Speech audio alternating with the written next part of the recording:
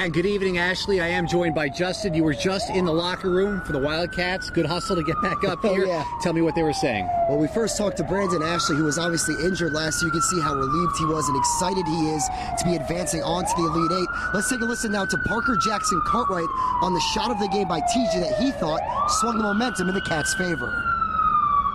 Teams are trying to play zone on us this year, and Xavier did a great job, but we just had to find that that moment where we could crack them, and TJ hit that three and it opened it up for us. I mean, just being in the Elite Eight, in itself is a blessing. It's definitely a great feeling to be back in the Elite Eight. Regardless of who we were going to play in the Elite Eight, the fact that they're in the Elite Eight would mean that they're a talented team.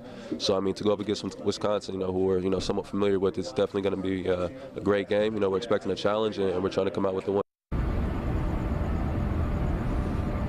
And Jason, obviously tonight the Cats had a little struggle inside guarding Matt Stanbrook of Xavier on Saturday in the Elite Eight. They got another shot at Wisconsin's big man, Frank Kaminsky. So that would be a matchup to watch. But one difference from last year will be Brandon Ashley back in the lineup. Just one other note, Rondé Hollis-Jefferson was not available in the locker room afterwards. Not exactly sure the extent of his injury, but likely getting some treatment from that nasty knee-to-knee collision with Stanley Johnson. But again, a lot of relief and happiness in the locker room as the Cats do advance to the Elite Eight. I believe it was reported on the TV broadcast that it was a sprained knee by Rondé Hollis-Jefferson, who did go to the locker room, but as Ashley said, came back a few minutes later. So that would be the assumption that he was getting treatment on it. And obviously he's a tough guy coming back. Really, hats go off to TJ McConnell. Again, that big three-pointer from the wing, finished with 17 points, I believe about 7 rebounds and 5 assists. So the senior leader coming through in the clutch to help the Cats get past a tough Xavier team. And 17 of 19 on free throws, too. They made their foul shots. They needed to. They prevail. 68-60 to the Wildcats over Xavier tonight. Next up, as Justin said,